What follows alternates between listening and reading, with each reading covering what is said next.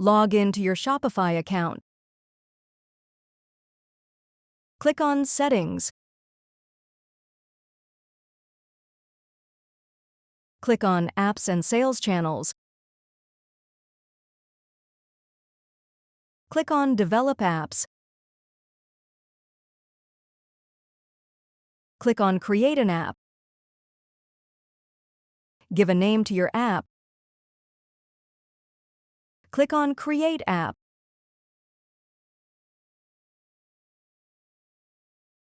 Go to Configure Admin API Scopes. Select your relevant scopes. Click on Save.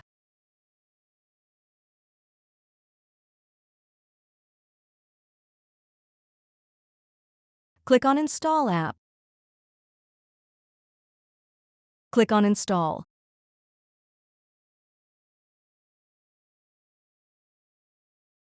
Click on Reveal Token once and save this credential somewhere safe.